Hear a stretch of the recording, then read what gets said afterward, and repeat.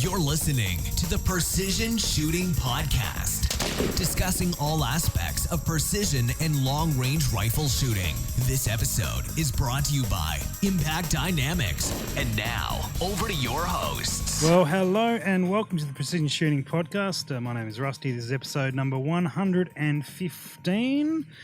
And sitting with me in this room are the same guys we had on last time. So to my right, Dutchy, how you doing, mate? Yeah, I'm not too bad. How about yourself? Yeah, kicking along. Over there is Andy. What's happening, mate? A little bit of this, a little bit of that. Very specific of you. Good. And sitting across from me, Bronte. What's going on, mate? Yeah, pretty well, Rusty. Just enjoying a nice, refreshing beverage as Good. get ready to talk some guns. Good. Well, I'm glad that soda water's gone down very well for you, mate, because, you know, clearly we wouldn't drink on a podcast. That would be... Irresponsible. We wouldn't do that. Absolutely, which is was actually the subtitle for our podcast, the Precision Shooting Podcast, Irresponsible. Anyway, good. Anyone been shooting? Yes. Yeah, awesome nods. Yes. Yeah. Okay, from that side of the table, tell us about it, Bronny. I took the opportunity on Anzac Day to get out for a shoot, so Wonderful. went down to a mate's private range, and he's got a mighty impressive setup, I must say. So a couple of guys that have probably been on the show a few times, Steve from Precision Rifle Products and Nick from Ignition Custom out there as well. Dropping all the names there. All the OG.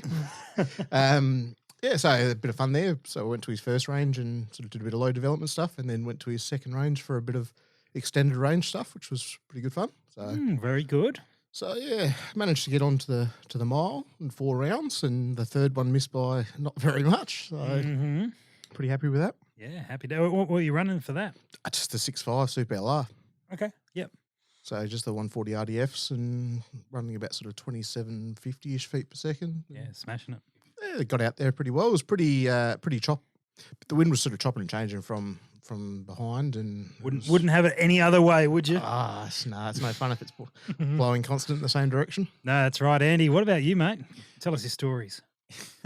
Yeah, I just went over to your peninsula to catch up with a mate over the Easter break. Yeah, right. Nice. Just the one night, so we went out chasing some foxes and looking for rabbits. But you often hear rumours don't bother going out at Easter because it's full moon, and it was definitely What? full moon. Really? Yeah. And it was quiet? Yeah, it was really quiet. I think we saw about 2 pups. Only got the one, and then 1 rabbit. Wow. It was rather uneventful. Dutchy, we used to specifically go out Easter to smash bunnies, and we were generally quite successful with it. Yeah, we just had full moon. Yeah, Not a little bit of wind, but yeah, I don't know. I thought we had consecutive weekends of Yeah. 200 plus rabbits. We did pretty Easter. well on It's Easter. pretty good. Pretty good numbers. I'll see you next Easter. Oh, you're not invited. Yeah, I was going to say, Why do you think there's so many there? We don't invite anyone. you clearly have a bad omen for a Easter shoot. Ronnie, you been Easter shooting before? Is it work for you, or are you in the Andy category? Oh no, any day's a good day for shooting. Okay, good. As long as you get out. Absolutely. Yeah, brilliant. But on the bright side, it was the first time. Well, the very bright side because there's full moon.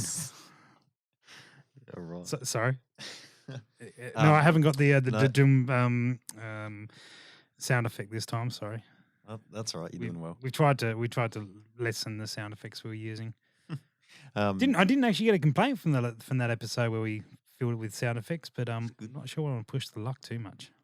Still Anyway. plenty of time. It's plenty of time. It's early days so far on the show.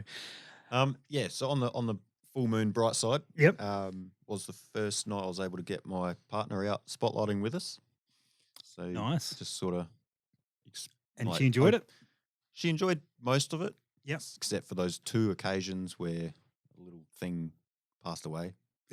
But Well, projectiles, they pass through the air. yeah. Yeah. Right.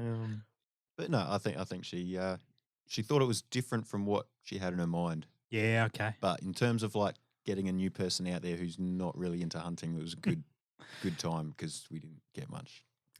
Dutchy, I remember the first time your missus came out for a spotlight. That was pretty wild.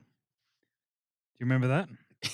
No, he's looking blank. He's drawing a blank. Okay, I'll remind you of the story. I think we shot something and she was really excited. Oh, give me a chance. So let me do it. So the first thing she pulled up on was a hare and she split its head in two parts. And yeah. Oh, yeah, that was a night of butterfly shots. That's the one. That's the one where basically took out all the guts of the head out and just end up with these two fluffy bits with an ear on each end. That looks like a butterfly, hence the name Yeah. Butterfly Shot. Yeah, it was. She thoroughly enjoyed it. Probably should get her again sometime. I remember that now, yeah. You do remember it? Yep. Yeah. After I've just told you all the story, I'm sure you do.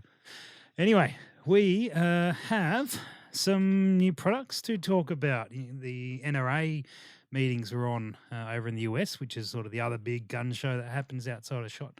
And they often companies, if they're not ready for SHOT to release something, they do release it at the NRA meetings. So do you guys see any particular things that are come out over there? I've got a list, but see what you remember. The A-tip. I mean, that's just going to be the butt of all jokes for a while, surely. It's just the naming of that. I'm sure the engineers had a bit of a laugh to The themselves. Hornady A-tip. Yeah, just the tip, just the A-tip. Just the tip. Yeah. Yeah. Okay. Just So the that'd tip. be an interesting projectile. I Mm. guess it's potentially going to be... Tell us about it, Bronte. Tell us. Give us Wow. the marketing spiel. Oh, I didn't really read the marketing spiel. I just read the comments because they were pretty funny.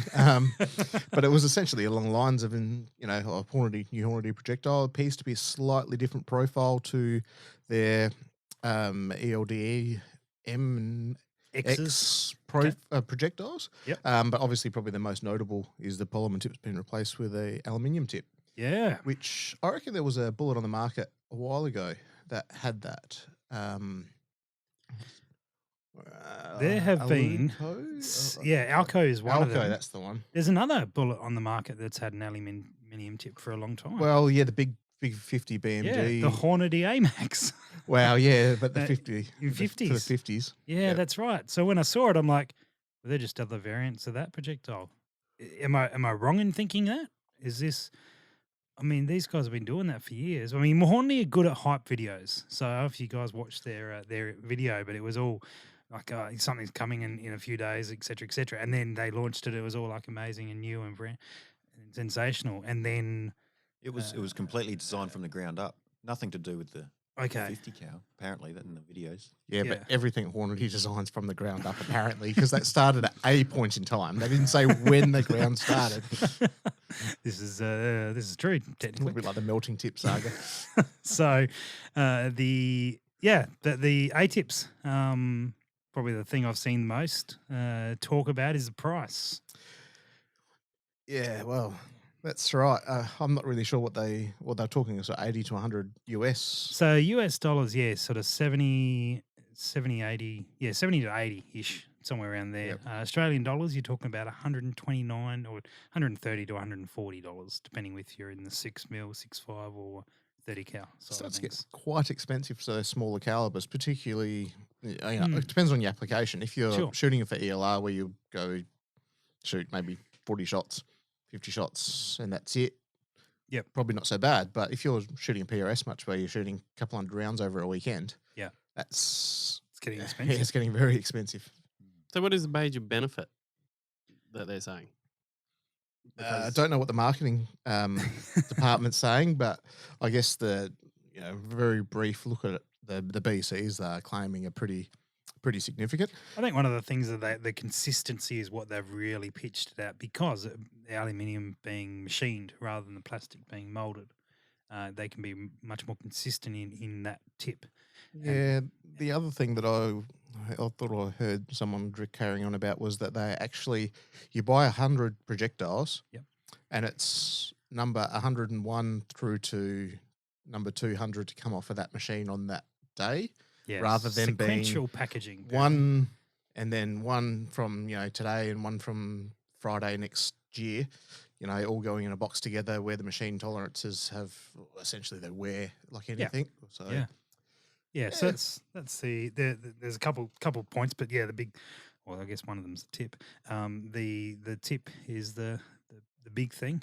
They do require, or they generally recommend the seating stem, which is of course a Hornady product to go on Hornady dies. I am guessing that Reading either has something that's already fine for it, or they'll be releasing something for it. But yeah, we'll see. Or you could take a cordless drill or a lathe and some lapping compound and one of the projectiles and And do away you pretty go. much the same thing. Yeah. Yeah, I think it's like in terms of the pricing side of things, like I think you're spot on as well, Bronte, where it's not necessarily like they're pricier, but a lot of the copper stuff is pricey and all that sort of When stuff. you're running monos there, they Yeah. get really expensive. But So if these are going to give similar performance to that, if they're going to be as consistent, and time will tell. They're not actually that ridiculous. Particularly, saw a bunch of comments about Australian pricing, and of course I got a bit of an inside word on how that all works. But ELDs in the US are sort of about $30, $35 US a packet. These ones are about 80, so you're talking more than double. Whereas here, ELDs are about $70-ish a packet, and these are about 130. So it's just under proportionally double. not Yeah, so it's about. not as bad. I'm talking that's in the 6.5s. 30 is Yeah. actually a little bit better. So it's on par with the US sort of as a ratio.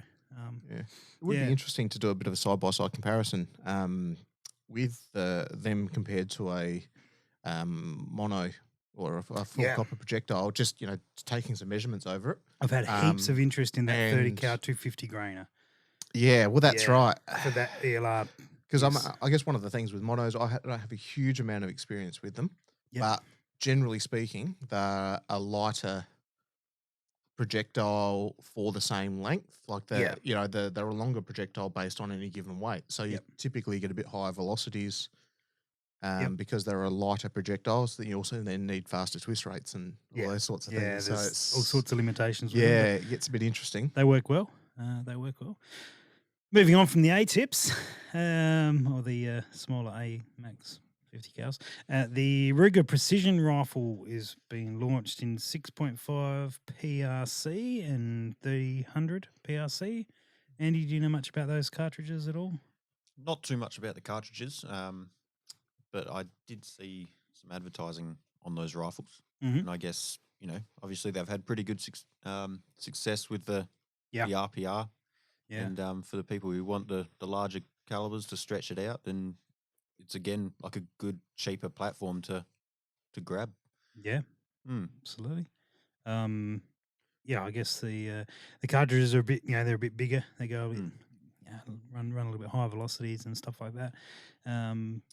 Will be interesting to see how they go. But good to see some of those sort of.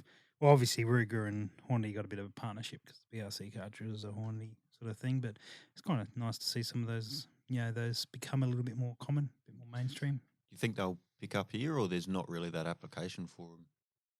Yeah, the 6.5 PRC I'll get last. that thought one. about. Yep. Yeah, 6.5 PRC would be a pretty decent hunting round. great. hunting round. If you're talking sort of standard range hunting with those 143 ELDXs, that would be very hard to beat.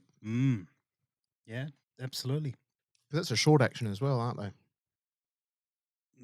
Good question. I would like to say yes, but I'm going to reserve judgment because I probably Fair should look it call. up. I'm Fair not call, going fair to. call. I sort of thought they were more like they were in betweener, but I reckon we've got people cringing right now, going, "Oh, it's a short action, you idiot," which is probably a fair comment. I really should know. Let's have a look at it. There you go. We'll just say it is, and if we're wrong, we're wrong. So good. Hey, speaking of ammo, which we kind of sort of were, Federal. Do you see the announcement from Federal? No. Federal? Well, to be fair, it doesn't really relate to us here in Australia as far as I can see, but interesting for the Yanks to know. And we've just lost half our American audience, calling them Yanks. The Federal Custom Shop has opened, so you can basically buy factory-loaded ammo that's customized. So when you say customized, Yep. to what extent are we talking to everything custom? Your projectile of choice, your powder of choice, your charge weight of choice, your seating depth of choice? Or is it kind of like somewhere in between? Yeah, somewhere in between, I believe. There's some ability to choose. But you can't do everything. It's still factory ammo. So I suspect it'll be made to factory specs within the particular cartridges. Let's see if I wonder if we can actually do it. Is this like the Jazzling for your ammo? Yes. if I knew what jazzling was. No, vajazzling. Vajazzling. Yeah, right. Yeah, Yes. I suspect it You know, is. make something good even better. Yeah. For those who are not familiar with what we're talking about, vajazzling. Moving forward. Moving on. Go look that up if you want to. Wondering how we order this stuff. Whether there's an option there. They do shotgun cartridges and all sorts of stuff. No, we're not having much luck with these links. Perhaps it's not up yet. But anyway, apparently some sort of custom shop. So the guys in the US, that might be interesting to have a look. You can get tailor-made ammunition for yourself. That could be interesting. There's the shotgun loads they do. Some of the more oddball cartridges. Yeah, we'll see what that's all about. The other one that got announced was actually this was probably just a touch before, was the Vortex Razor HD 4000. Have you had a look at one of those at all, Bronte? Or you've been eyeing one off, haven't you? I haven't seen one in the flesh yet. I Yep. would be very interested to have a bit of a look with them. Yeah, I think Scotty Scotty Patel. Scotty Yep. Patel did a video on it, and He did. it looked like it performed pretty well. Based on the price point, Yeah. Jesus, it's going to be pretty competitive. It's pretty hard to beat. Yeah, well, if it forms. pricing from Scoped Out, of course, is $725 delivered, which And is quite competitive. we might have to have a bit of a conversation later, Rusty. Yeah, because I think they retail about $1,000 now, so or thereabouts, maybe 900. But they look like they're quite good. Scotty was getting them out to about 2,200 on reflective consistently. But there was two modes, and he got the wrong one, or you used it the wrong way. Yeah, it's a bit of a user error in the first part of the video. Yeah, but he fixed it up in that. We'll make sure there's a link to that video around. But it's worth checking out his thoughts on it. He's played with plenty of rangefinders over the years. Well, it's one of those things that I can talk from my own personal experience. You sort of get to the point in your shooting that you get limited by equipment, and when it gets to ELR or extended ranges, one of the first things that really kills you is a rangefinder. To find a rangefinder that will consistently range out to a mile on, not necessarily the most reflective targets in the world is not actually an easy task. And then you start looking at things like beam divergence and all that. And you're ranging something at 2Ks, but are you actually ranging what you think you are, or are you ranging that tree that's about 2 meters to the left, or 10 meters to the left, or that hill that's a little bit further behind? So. Absolutely. Yeah, I had a guy ring up, spoke to him a couple of days ago, and he's asking about, do I buy a rangefinder first or a Kestrel? Actually, I'll put that to you guys. What do you reckon? Where's he shooting? At a range or private properties? Private properties. How far is he intending on shooting? Because that's 1,000-ish. Okay. You can drive that. If you're on private property, go out, drive it. What's he shooting at? Is he shooting at targets that he can... all right. We No, well, the reason I ask that is, if he's intending on shooting at... he is planning on hunting with it, so it's going to be essentially not necessarily the most reflective targets at random distances. Then, rangefinder. If it's a case of he's shooting at known distances where he could put set targets up, get that distance with the GPS or something like that, then the Kestrel. But I would have thought, if it depends what he's running, but a rangefinder is, your phone apps are pretty good. Yeah. And your atmospherics absolutely make a difference. Yes. But they really only start to make a difference beyond 600, 700, 800 meters is when you start to really notice. If you don't know what your target distance is, you've got and that's chance. right, exactly. if your target's at 500 meters or 600 meters, you've thought it's at 400 meters, you are going to miss because of that. Yeah, easily. So, anyway, new products. So anyway, that one looks good. Razor HD 4000. One of the quick one I saw from the show was, or the last one I saw from the show was this one here somewhere. I've got a link. Steyr have released rifles in Manners stocks, which I thought was kind of a cool setup. Steyr have always got, they're reasonably good stock, but they're always a little bit sort of hollow with that. And chuck them into Manners. They look like quite a capable. They'd be good, like long range hunting rifle. I think they could probably be relatively good on weight. I didn't see which model. which model they actually did with the manners. Let's see if we can see it quickly here. But out in 308 and 65 Creedmoor. Be interesting to see what the price point is, that because that might be a pretty good candidate for a production class PRS rifle, assuming it's got an appropriate No. magazine. No. Well, you're talking Oh, talking Price- 2,395 retail US. So they'll obviously be selling for less than that. Yeah, it's probably starting to rule it out, though, isn't it? Yeah. What's the magazine capacity? 4 round. So Yeah, you- no, definitely not. Forget No, that. that's Scratch where, that. Edit that out. Yeah, and that's staying in. But the with that in mind, it would be probably good for a hunting gun. Yeah. Oh, here we go. They do They- offer a 10 round 10 rounder. magazine. Yeah, Yeah. you and I are both reading the same sentence at the same time. Yeah, so they do have an option with an adapter kit. There you go. Anyway, cool. So that was something else that I thought was interesting to see. That's not just your run of the mill manners stock though. It looks like it's carbon fiber Yeah. and fiberglass, so that may explain the higher price tag. Oh yeah, for sure. No, it's not. It's not like it's a ridiculous price given the setup it is. I mean, styles are generally really nice and always good setups, and pricey as well. But from a PRS point of view, not likely to hit production in Australia. It definitely isn't in production in the US because they got a dollar limit on their rifle as well. Right. A $2,000 limit. Okay. Whereas here we've just got a $5,000 sort of package. So $20 scope on top and really nice rifle. Win all or the vice comps. versa. Yeah, perfect. Speaking of cheaper scopes, we have a special for our listeners on Scoped Out, where the Falcon optics are floating around, and they are doing.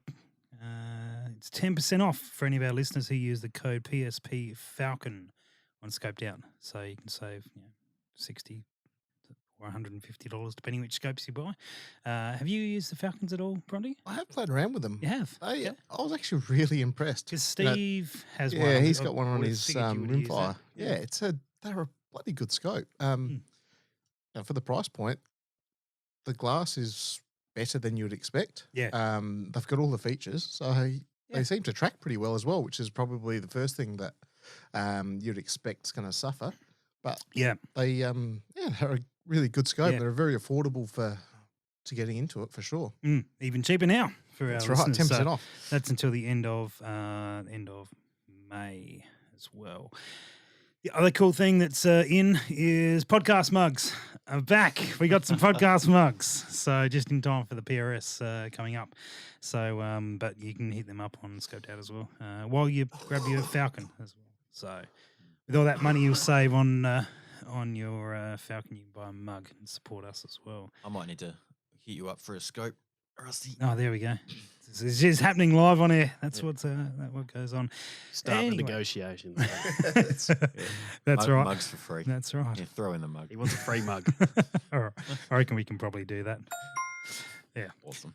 The other thing, Dutchy, we need to get an update on you on how your stock is going. Last time you were fighting evil checkering. Crimes against gunsmithing, I believe, was the charge. Yep. Know a few of those. It's going well. I've managed to not fix the front end, but inlay the walnut in the front, and I'm starting to plane it square. Okay. I did have some trouble getting the walnut to cooperate. It is a deceptively hard wood. It should be called something like granite wood or something like that, because it prefers to chip rather than plane like softwood does. So that's Really? bit of a learning experience. But I've had some experiences with hardwood. Oh my God. Special comments by Greg tonight, by the way. it's coming along nicely. I managed to get all my edges to line up. Good. And it's just in the clamping, in the gluing process at the moment. So I've got it in the clamps. Yep. And just according to the instructions from the manufacturer, leave it clamped as long as possible. Okay. Because I did take a fair bit out of the original stock. I believe it will be stronger now with the improved wood, because With the granite on it. Yeah. the sounds granite like wood, it's gonna be granite wood, that I pretty solid. like to call it, because I believe the original wood was a beech or a birch.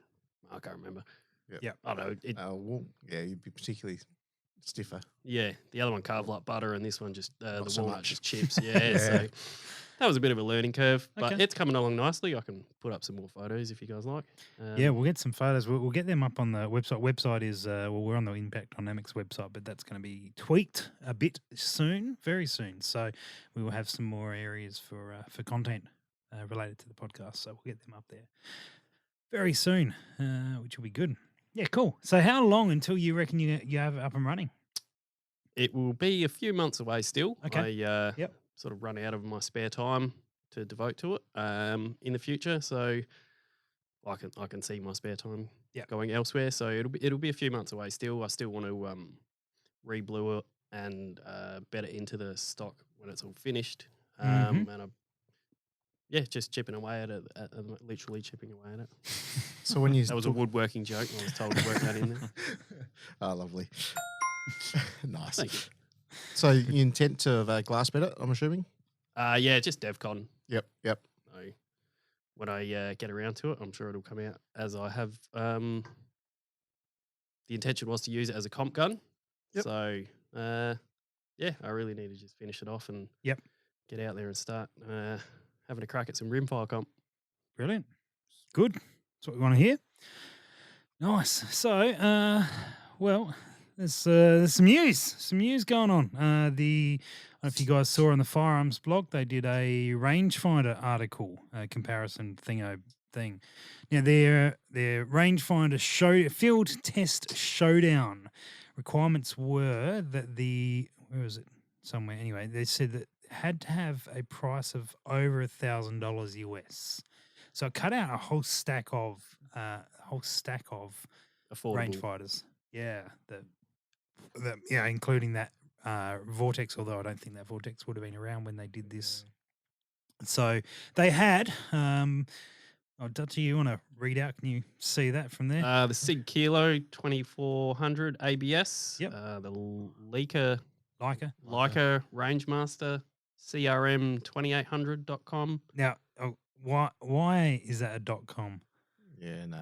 Just anyway, it feels a very like late 90s, like putting .com on everything. But anyway, carry on.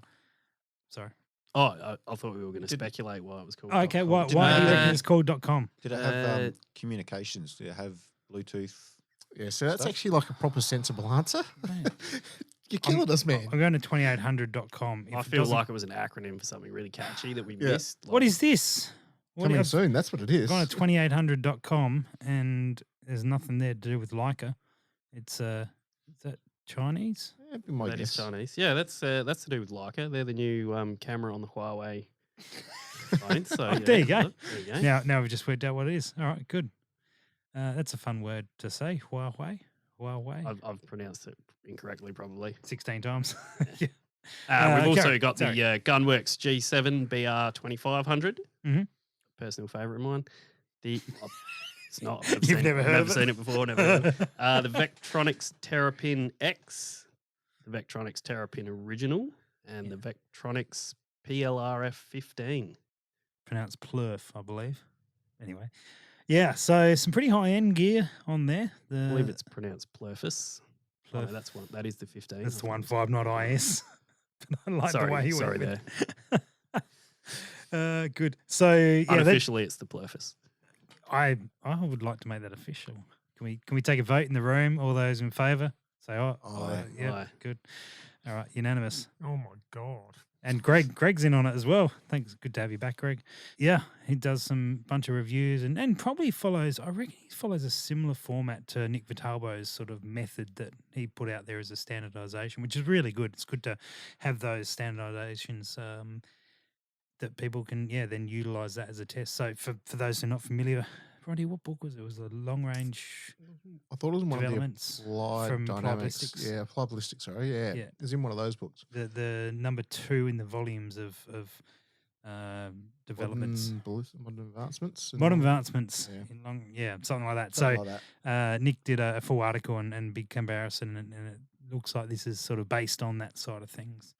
So it was good. It's one of those things that trying with something, a piece of technology like this, getting an apples for apples comparison is particularly difficult because you can read all the manufacturers' literature in the world, and what you're not seeing is the particular elements and stars and astrological beings that need to align for it to actually achieve the performance that it claims it can do. I think you summed up pretty well how the review turned out. Although it's definitely it's worth looking at the comparison. Bronte, what was your review on it? Basically, if you're poor, you're out of luck. Buy the best. Just get rich friends. Yeah, pretty much. Just go and make some friends who have this stuff. Basically, you've got to buy the come to the club. Plurf 15 or everything else is shit, basically. That's pretty much it. Couple points I wouldn't mind pointing out. Couple points to point out. Couple of A tips. The Sig Kilo 2400 really is pretty much a 2200, which is like a third the price, but it's got applied ballistics built in. So I sort of feel that and probably actually the same with Gunworks. It has a lot of the drop data stuff in it. That's really what they're designed around. So they probably get there on budget, but not necessarily on designated performance. But anyway, they're in there. They're in there. They qualify. So they did poorly in comparison. Though. Well, sorry, it's one of those things. You're saying it did poorly, and you look at the graph, and it did pretty bad. But you also have to put it in the context of the distances that they're trying to achieve with these. Yeah, the closest distance was 800 yards. So yeah. But the Sig Kilo didn't do too well on that. No, that did struggle a bit. It seemed to do better the next, what's that, 1,000 and 1,200? Yeah, just shy of 1,200. Yeah, it seemed to do a fair bit better there. Yeah. The Terrapin X didn't do horrendously bad, but when you compare it to the... Yeah, I mean, you say that, but it's still smashing targets really consistently just shy of 2,000 yards. So that's, But I mean, we all want a Blurfus. Yeah, but not all of us have. Hashtag we all want a Blurfus. We all want a Blurfus. Get it trending. Yeah, not all of us have a Blurfus budget though. Yeah, this is very true. Well, one of us has to, and then they're going to have lots of friends. Yeah. So if you want friends, get the Plurfus. Anyone looking for friends, buy a Plurfus. That's the Dutchie's recommendation. Good. We had a slight conversation on cleaning rifles last episode. Not necessarily intentionally, but I put up a little survey to poll's a word, for cleaning on Projectile Warehouse because it was related to some stuff we were doing on there. And we got nearly 200 responses with some interesting results. So I thought I'd show them to you guys. And the question was basically, do you clean or do you not clean? All right. What do you reckon the percentage, one way or the other? Anyone got any guesses? 60-40. I just wanted to use the button. Sorry. No, but not that far off. Well, can you retract that then? Because it was pretty close. No. I can just play it again. No, it wasn't that close. Not close enough for a ding. Bronte, what do you reckon? 70-30. It's pretty good. It's pretty good, Andy. How come he didn't get buzzed? No. Because it was pretty good. Because it's pretty darn good, yeah. Yeah, but without my initial one, you would have no idea where to go. You're right. I should have well, locked them all in. These are the kind of people you got to watch for at comps. They wait for someone else to do all the hard work, get all the good ideas going, and then they come in and clean pretty up. clever. Yeah. Yeah, so I think watch out for him. The question is higher or lower? Well, Bronte. Oh, there we go. 67-33. 67 guys responses, 187 votes. Will clean like crazy, and then 33% won't. Don't even know what a cleaning kit is. So in other words, 33% of people know what they're doing, and the rest don't. Well, nah, it's horses for courses. Yeah. There's quite a mix. There's quite a I was expecting to look at the what's a cleaning kit response and see all the PRS guys in there and everyone else in the other one, but no, we've got a fairly balanced mix there. Wasn't the original question about copper fouling? Probably. Yeah, this one was just do you clean your rifle? So, we probably talked something. I mean, I'm not even sure it's related to a previous discussion. I just wanted to show you the GIFs that I used because I thought they're quite smart. Anyway, we can move on if it's disappointed you, Dutchie. Sorry. You know it has. I don't need to say anything. You just know it has. Right, we'll move on then. Hey, so I don't remember if I mentioned the last episode, but I went to Lithgow Small Arms Museum, You're right. which was cool. I was hoping to have a video out by now. I did a video while I was there, and it has turned into a monstrosity. What I was sort of hoping to be like a 10-minute little episode of the YouTube channel that we run has ended up probably going to be 3 15-minute episodes. You're right. Because Brian, who was there, took us through everything, and like obviously cut a fair bit of stuff out, but there's a lot of just the history of it, all the different firearms that were made there, the how the Owens gun came about, and how this came about, and how this trick shooter who didn't use a front sight on his rifle and end up drawing cartoons with a 22 semi-auto.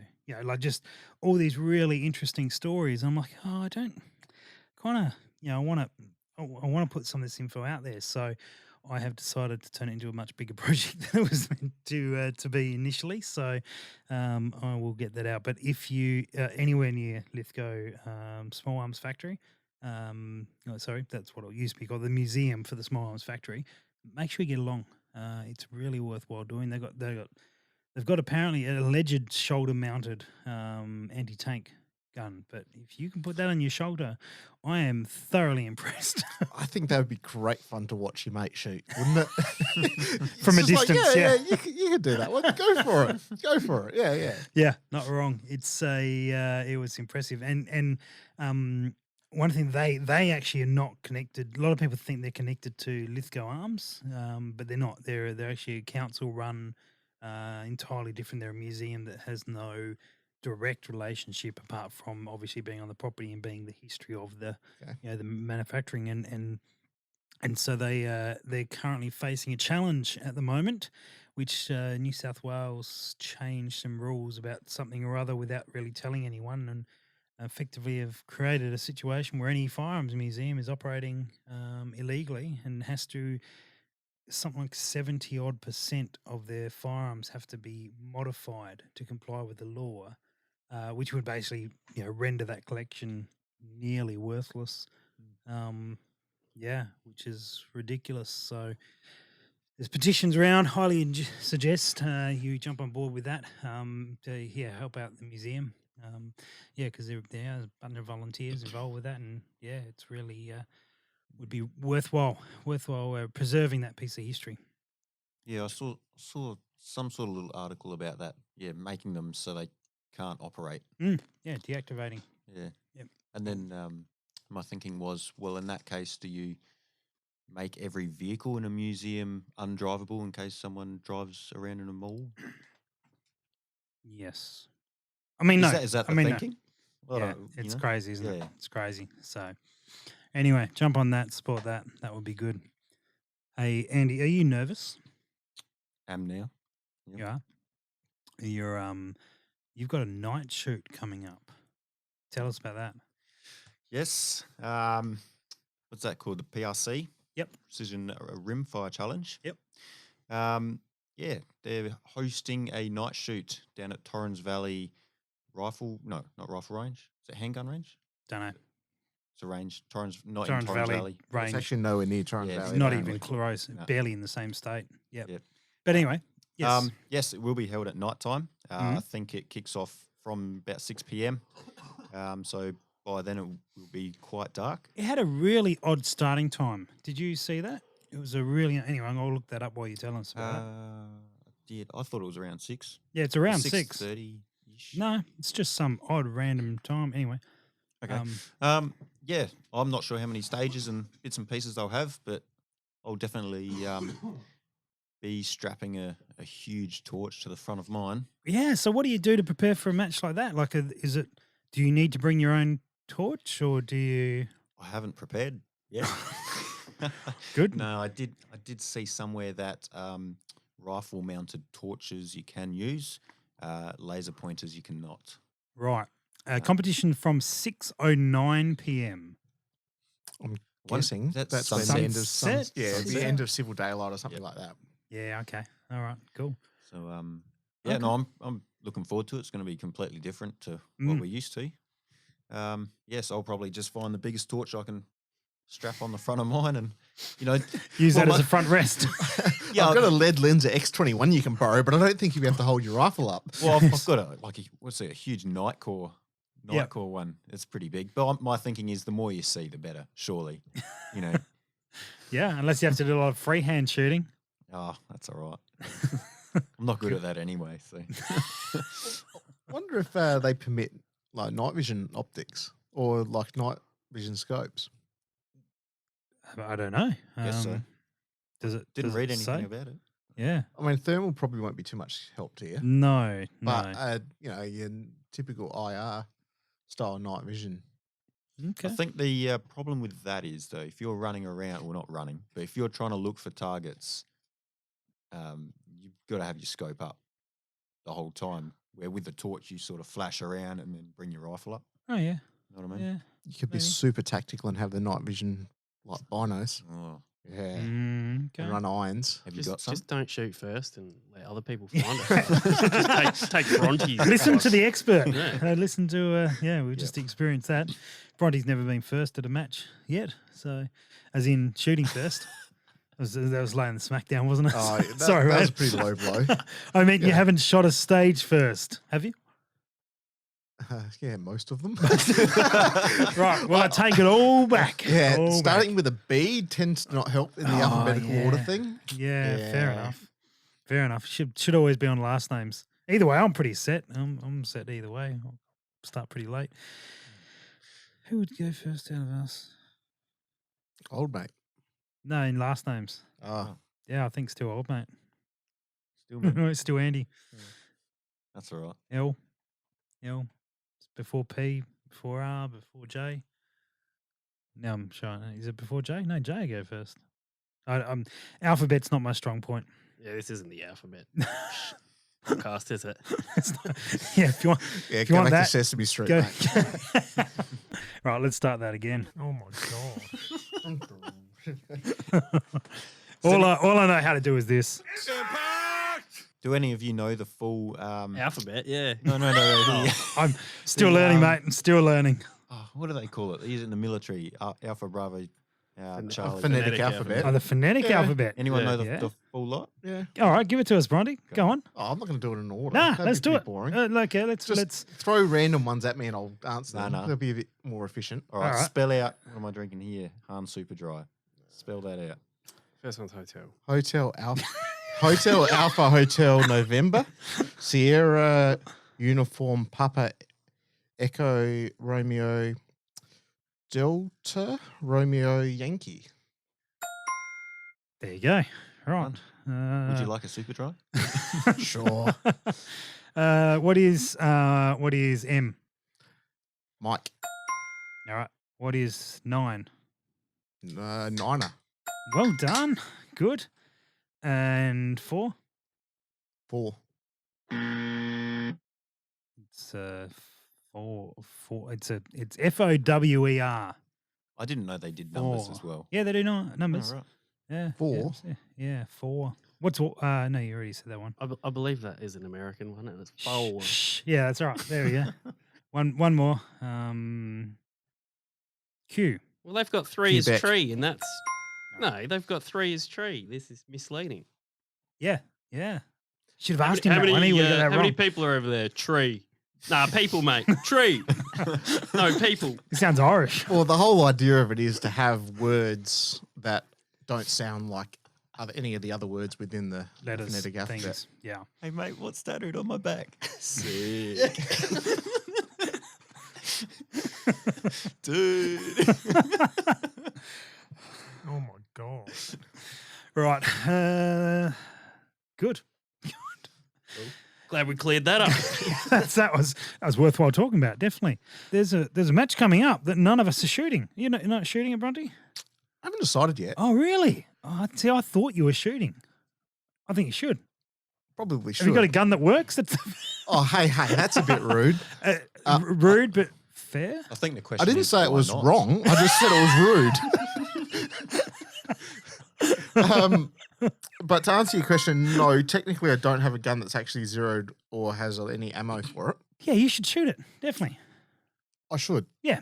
now we may have potentially someone shooting it. So that makes for a more interesting dynamic. Because, Andy, what are you doing at the PRS? I'm not sure yet. Yeah, some sort of ROing and helping and... Yeah. I believe it could be on target repair / just spotting and helping out. Yeah. Yeah, sweet. Well, I'm meant to be running around with a camera, which is like one of my goals of doing a PRS match was to actually film one. So that should be really good fun. I've got to probably get some camera gear sorted out. Always a good excuse to buy some camera gear. Look out. Dutchy's walked in with a whole 6-pack. He's gone crazy. The man's gone mad. Welcome back. Like a big welcome back. I can sleep here, yeah. Yeah, it's no sweat. It's easy. What was I meant to bring? 1 beer back. Cheers, guys. Party. Thanks. Party for one. I've got a Vectronics if you guys want to be my friend. Purpose. Yeah, but you don't have any beer, so yeah. Yeah, we're out. Oh my god. You're right. Yeah, well, see, that's it. You can either spend, 15,000 on a Vectronics or like $15 on a 6-pack. You have just as many friends. Yeah, well, only probably for about half hour, though. Yeah, and only 6. No one really likes Vectronics, I suppose. Plurf is friends for life. So, Andy, you're looking forward to ROing and being involved in that way? Yeah, mate. Yeah, definitely. Mm-hmm. Yep. You done much of that? Done a little bit, just helping out here and there. At the club? Yeah, not too much ROing a stage by myself. Well, not by myself, but as like head RO of that stage. Sure. More just spotting and scoring and things like that. Yeah. Which is probably what I'll be doing again. So yeah, that's nice. Right. Now you shoot regularly down at Monado, and so we probably got some guys listening on their drive over. Hey guys, how you doing? It's a bit early, isn't it? Well, like not These everyone. things are released strategically. Well, Andy, that and also not everyone listens to these the second they go up, which you're a good example of because you listened to an episode that you said, "Oh, that new episode today was great." I'm like, yeah, that went up a week ago. Yeah. So, for example, you, I'm up with it. Yeah, that's exactly right. So people will perhaps be driving over now to Monado, or they'll be like, this will be 2021, and they'll be like, what are these guys talking about? Is that a little bit like the PRI video? Yeah, except that's damaged, proper damaged. Oh, proper broken. Proper broken. Yeah, Right. yeah. When I've got some spare, like $800, I'll try and get the hard drive fixed. But That's proper broken. Yeah, proper broken. Anyway, Dog ate it. yeah, Yep. sure. My guess is it had a fight with gravity. You know what? I wish it was that clear. I wish my broken hard drive was that clear, like the ones that Butters broke in the US and dropped out the back of a buggy and hit the ground and then wouldn't work anymore. That one definitely had a fight with gravity, which was Butters induced. But anyway, I can't blame It tends him to for have that one. effect on people. Hard drives. What were we talking about? So- you shoot at Monado a bit, Andy. Yep. You're looking for home range. I'm looking for fun. tips. Tips. For our listeners who are perhaps on the way here or would love to come and join and hang out with us and shoot a match on a non-PRS weekend anyway. What's some tips? Tips. Actually, you've Tips. shot there a bit as well, Dutchy, back in the day. in a previous life. Yeah, doing metallic silhouette. All right, well, tips around the room. A tips. Dutchy, a tip.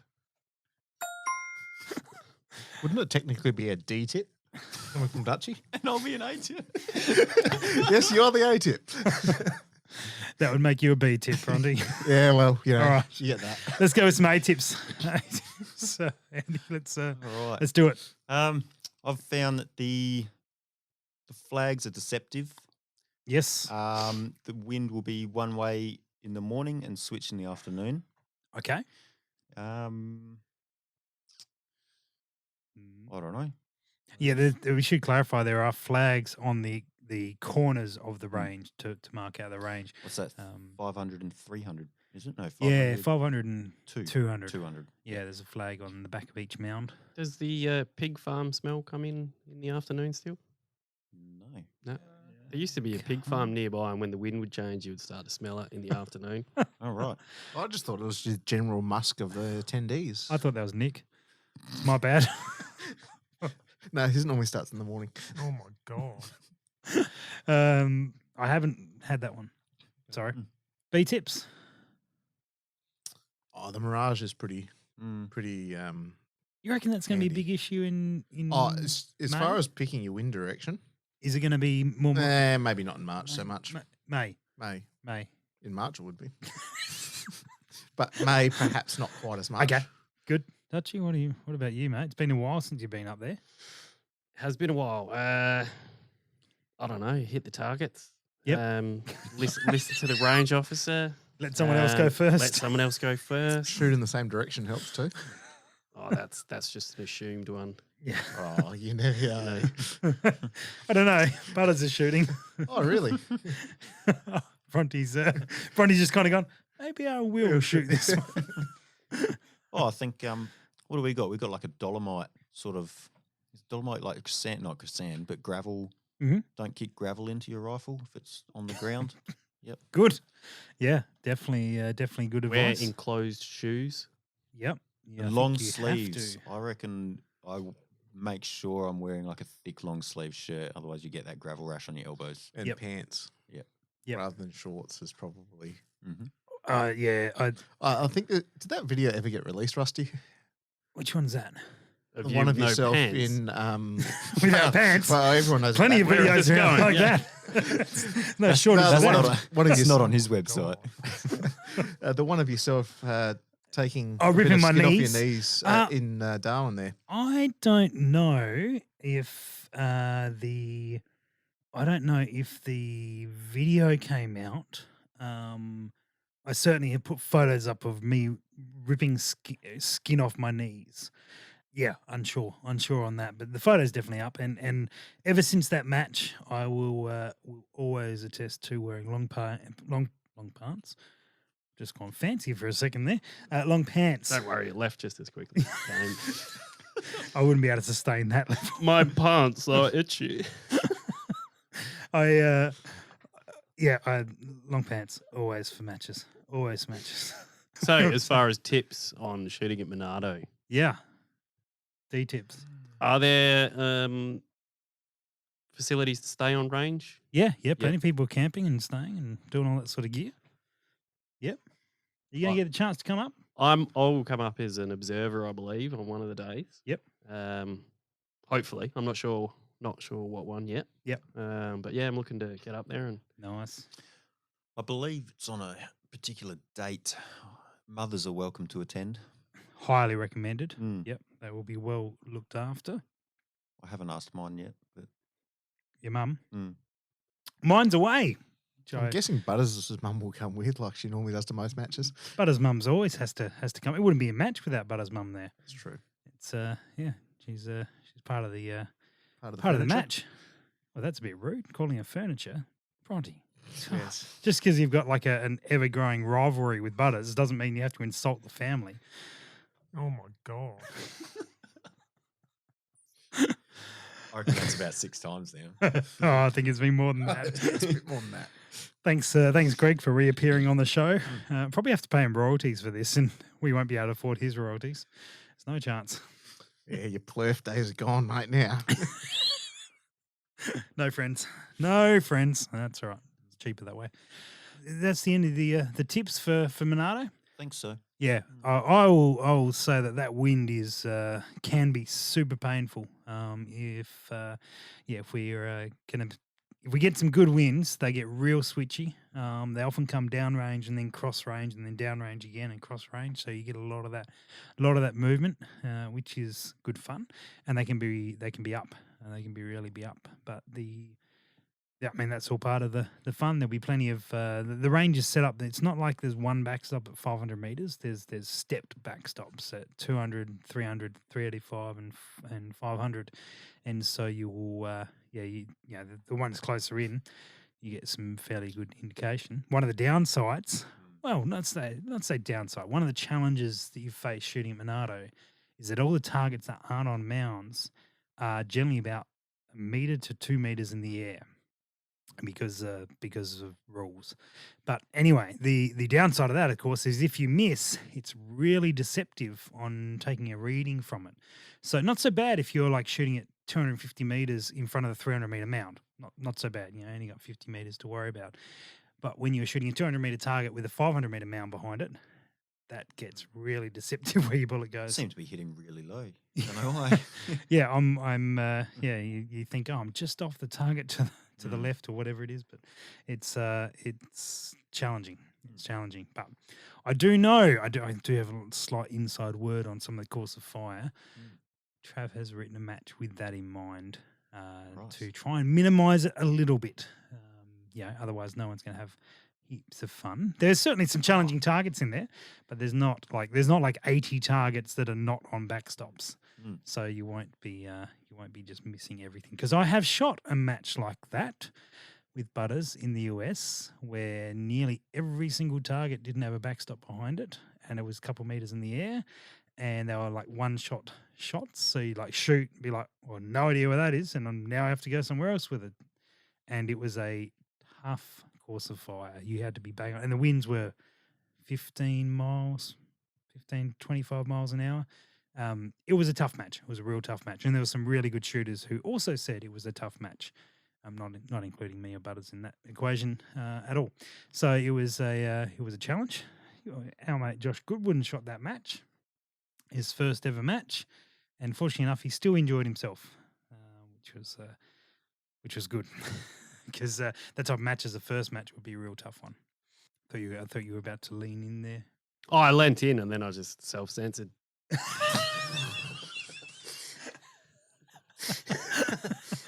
That's what edit buttons are for. No, well done.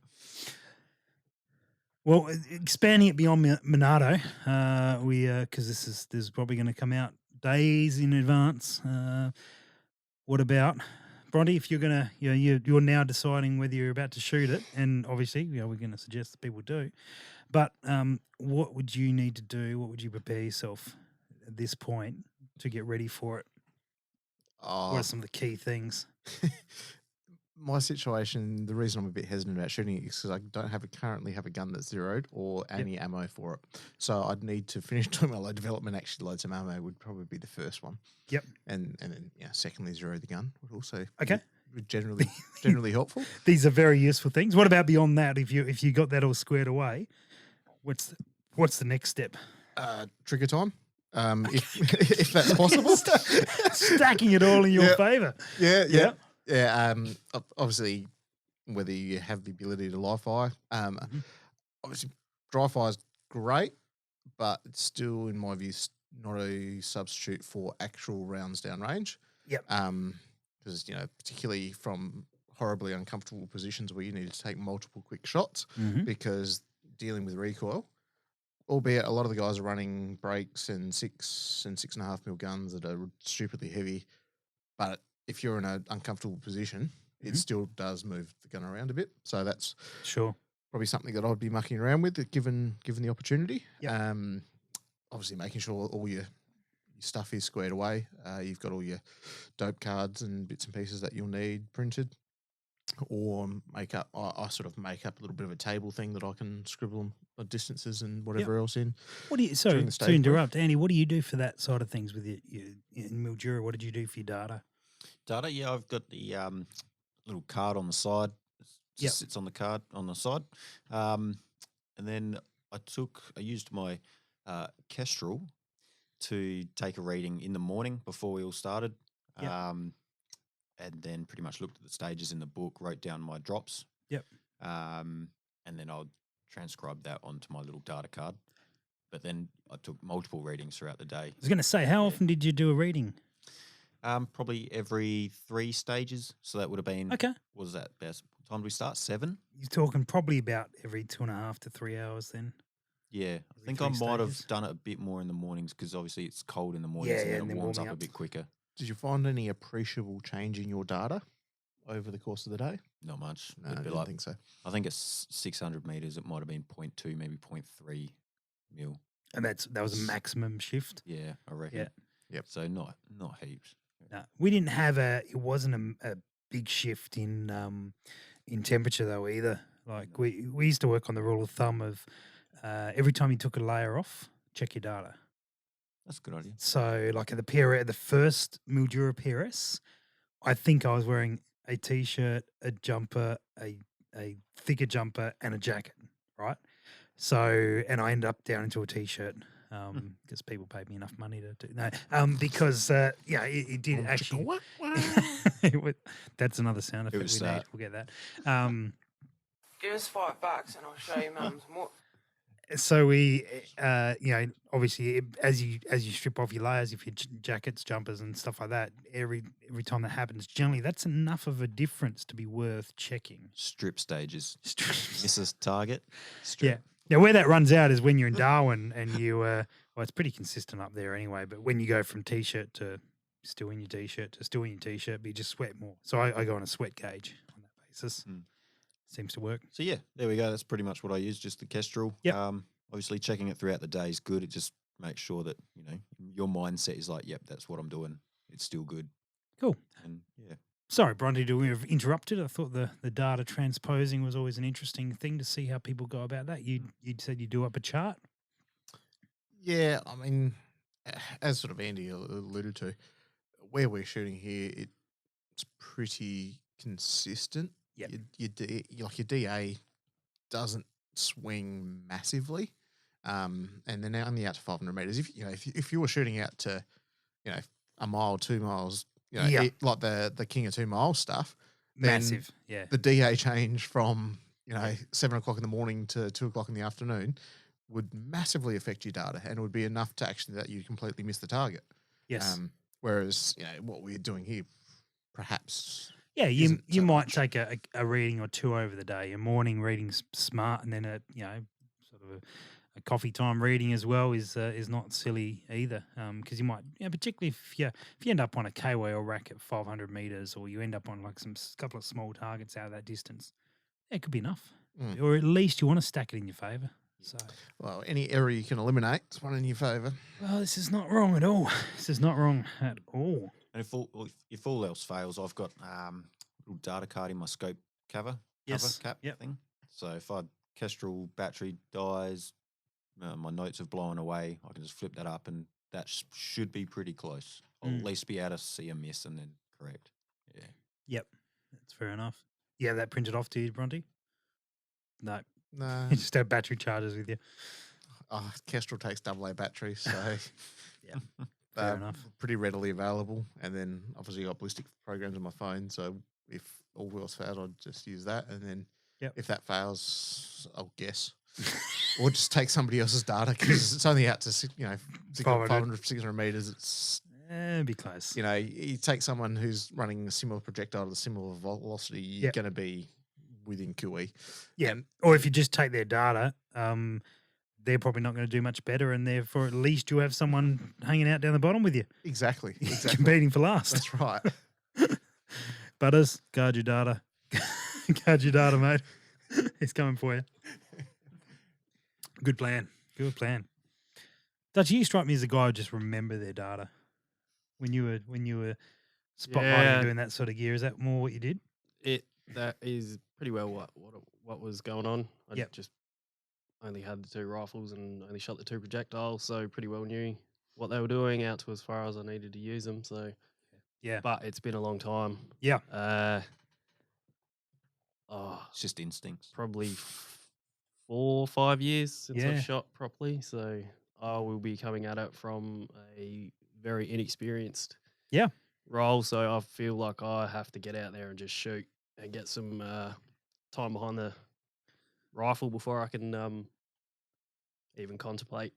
Doing much of it? Yeah, doing much. So I'm still shooting AMAX that are no longer produced. So I'll get rid of all of them and then move on to something different. A-tips. Probably not A-tips. Just it's just something. It's just offensive. Until they release them in the 7.6 Creed, I'm not interested. How's that petition going, by the way? It's going well. Yeah, good. They are not liking my petition. Good. I'm the only one on it, and I just keep resending it. Sir, please stop harassing us. Well, you shouldn't have said you were going to do it. That's right.